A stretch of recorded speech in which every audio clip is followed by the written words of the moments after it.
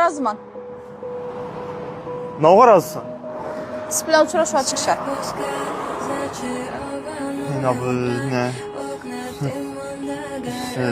Hayajon tutmandan ertaga edi.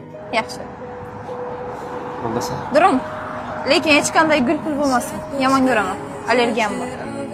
Gül bo'lmaydi, sen bilan men bo'lamiz bu. Ertaga edi. Dedi. Все. Yaxshi. Ведь ты во сне и навеки там осталась. Ты меняла очень, но сама и не менялась. Я люблю твой запах. Qo'lingizdagi nov. Gül. Axir mana siz. Boshqacha. Oh, Yaktım. rahmat. Bilaman, allergiyang bor. Gullara shuning uchun kreativ yondashayotgan holda shu narsani tanladim. Men kreativ bo'laman. Kreativ bolalar o'zi